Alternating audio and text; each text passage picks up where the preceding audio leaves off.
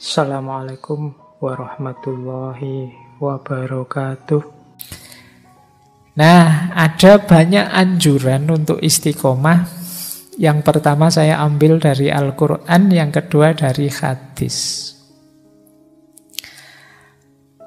Yang pertama, ada banyak sebenarnya ayat tentang istiqomah. Saya ambil misalnya dari surat An-Nahl, ayat 92. Wala takunu kallati naqadat husluha min ba'di quwwatin angkatan naqadat huslaha. Jadi, dan janganlah kalian seperti seorang perempuan yang mengurai lagi, bongkar lagi benang-benang yang sudah dipintalnya dengan kuat menjadi tercerai-berai.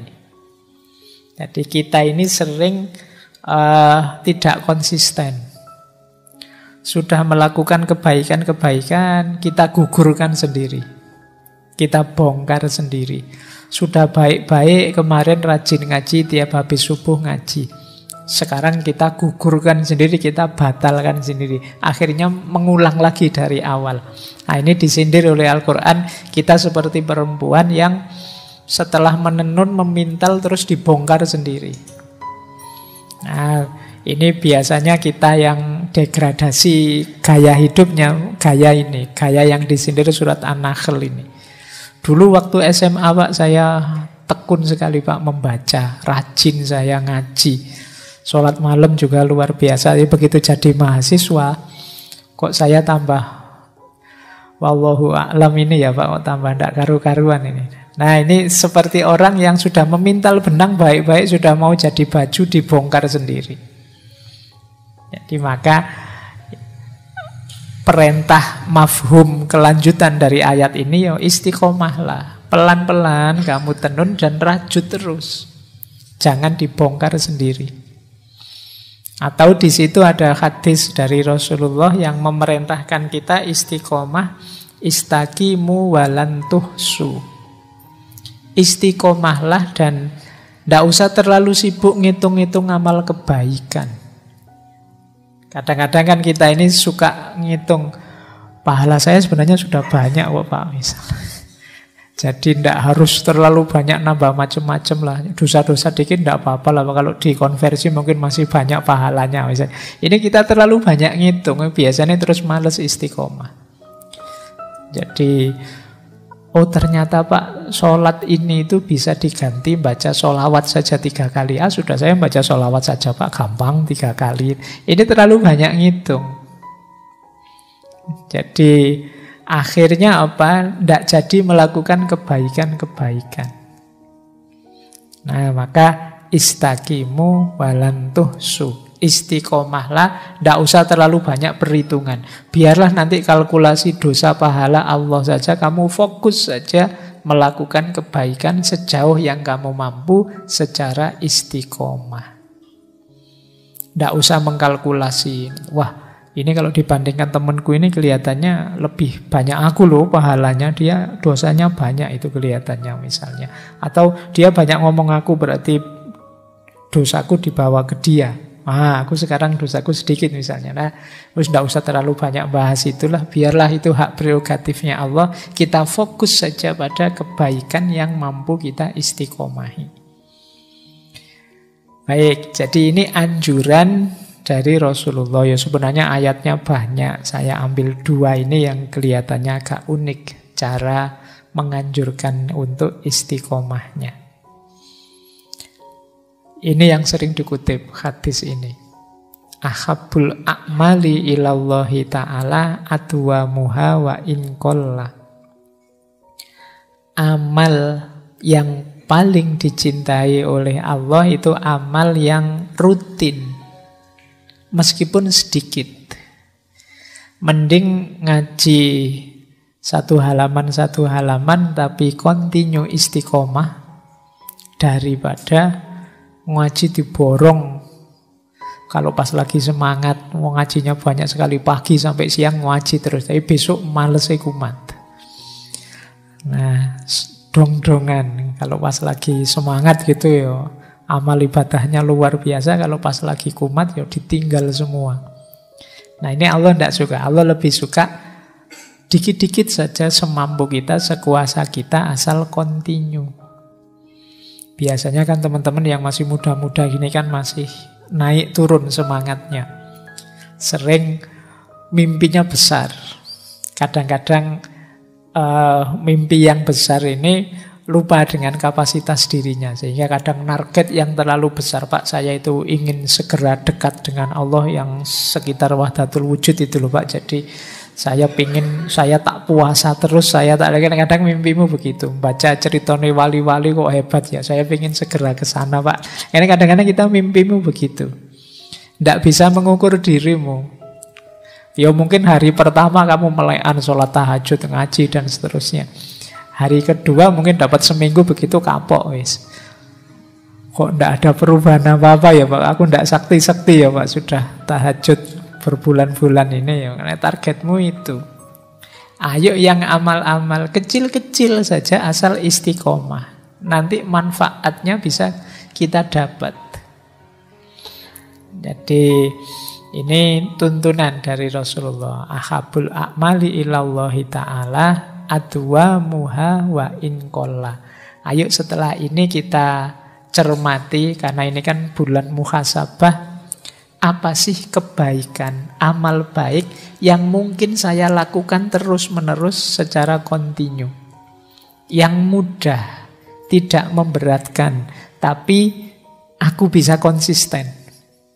Nah, coba dirumuskan sendiri teman-teman, nyari. Karena biasanya orang itu tipenya beda-beda. Jenis kebaikan yang bisa dihidupkan juga beda-beda. Ini harus diawali dari pengenalan diri. Aku ini tipe orang yang kayak gimana? Aku ini tipe orang yang kalau ngomong itu banyak, tapi kehadiranku membuat suasana jadi ceria, jadi rame. Mungkin ada beberapa kebaikan yang bisa aku masuk dari situ. Misalnya, aku istiqomai kalau aku datang menggembirakan orang misalnya. Tidak bikin sumpek, tidak banyak mengeluh, dan seterusnya. Ayo dikenali diri kita, apa yang bisa kita berikan secara kontinu. Kalau puasa Senin Kemis saya tidak kuat Pak, tapi kalau 1 bulan yang Ayyamul Bid itu, yang 3 itu saya bisa. Atau sekali saja setiap bulan hari Senin misalnya saya kuat. Ya tidak apa-apa, ya itu saja kamu istiqomai. Kuatnya itu. Itu yang dimaksud adwa muha wa inkolla. Ini yang paling dicintai oleh Allah. Jadi bukan yang bombastis, yang besar-besar. Kadang-kadang hanya pencitraan saja. Hanya drama saja. Kayak kalian kalau pas lagi pulang kampung, karena mahasiswa kos di Jogja, apalagi mahasiswa UIN misalnya, bayangannya anak UIN itu kan soleh-soleh. Jadi terus begitu kamu pulang kampung, wah kamu pasang gaya, adzan belum dimulai kamu sudah ke masjid bawa sajadah, bawa pakai sarung, wangi sekali ambune kayak jin sampean. Ya, itu kalau di kampung. Padahal kalau di kos-kosan, wah kamu sholat asarnya 5:30. Nah, iya kan? Ini tidak atwa muha wa inkolla. Mbok yo biasa saja yang kecil-kecil sedikit tapi continue. Baik, ada beberapa definisi. Ini saya ambil dari Durratun Nasihin. Ini kitab yang familiar di teman-teman pesantren. Dari kitab Durratun Nasihin itu ada beberapa definisi istiqomah dari Khulafaur Rasyidin, Sayyidina Abu Bakar, Umar, Utsman, dan Ali. Masing-masing mendefinisikan titik tekan istiqomah agak berbeda. Kalau versinya Sayyidina Abu Bakar, istiqomah itu orientasinya terletak pada bagaimana kita secara kontinu bertauhid. Jadi fokusnya pada kemurnian tauhid. Yang disebut istiqomah itu kalau batin kita terus-menerus fokus untuk menomorsatukan Allah, tidak menyekutukannya dengan apapun atau siapapun. Ini versinya Sayyidina Abu Bakar. Berarti agak ke aspek akidah. Jadi istiqomah itu di level akidah.